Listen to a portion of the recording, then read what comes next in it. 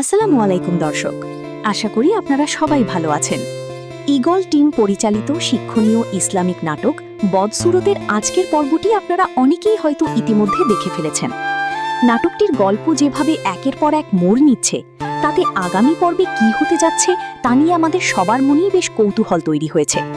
আজকের ভিডিওতে আমরা আলোচনা করব আগামী পর্বে ঠিক কি কি ঘটতে পারে এবং এই নাটকটির পরবর্তী পর্ব কখন আপলোড করা হবে। আজকের পর্বে আমরা দেখেছি কিভাবে জামালের সম্পত্তি আত্মসাৎ করার জন্য তার নিজের আত্মীয় স্বজনরা মরিয়া হয়ে উঠেছিল। এমনকি জামালকে অন্যায়ভাবে আটকে রেখে তাকে বৈদ্যুতিক শকের মাধ্যমে পাগল বানিয়ে রাখার মতো নিষ্ঠুর সত্যও সামনে এসেছে। কিন্তু শেষ মুহূর্তে মায়া যখন সত্য জানতে পেরে জামালের মুখোমুখি হয়, তখন দৃশ্যপট অনেকটাই বদলে যায়।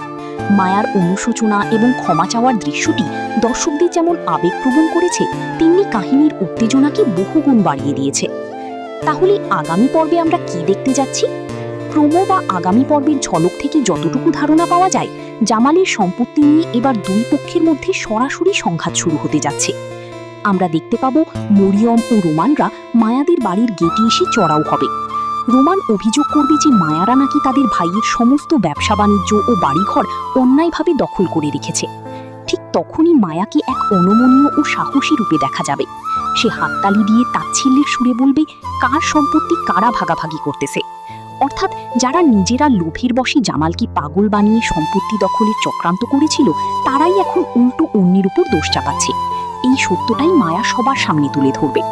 পরিস্থিতি এতটাই উত্তপ্ত হয়ে উঠবে যে শেষ পর্যন্ত বড় ধরনের পারিবারিক অশান্তি ও চড়থাপ্পড়ের মতো ঘটনাও আমরা দেখতে পাব। এবার আসি সবচেয়ে গুরুত্বপূর্ণ আপডেটে। আপনারা অনেকেই হয়তো জানতে উদ্গ্রীব হয়ে আছেন যে এই নাটকের পরবর্তী পর্বটি ঠিক কখন দেখতে পাবেন। নাটকটির অফিসিয়াল ঘোষণা অনুযায়ী বদসুরত নাটকের আগামী পর্বটি আগামী 5ই জুন দুপুর 3:30 ঈগল টিমের অফিসিয়াল প্ল্যাটফর্মে আপলোড করা হবে।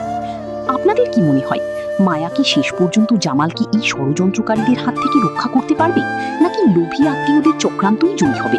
আপনার মূল্যবান মতামত অবশ্যই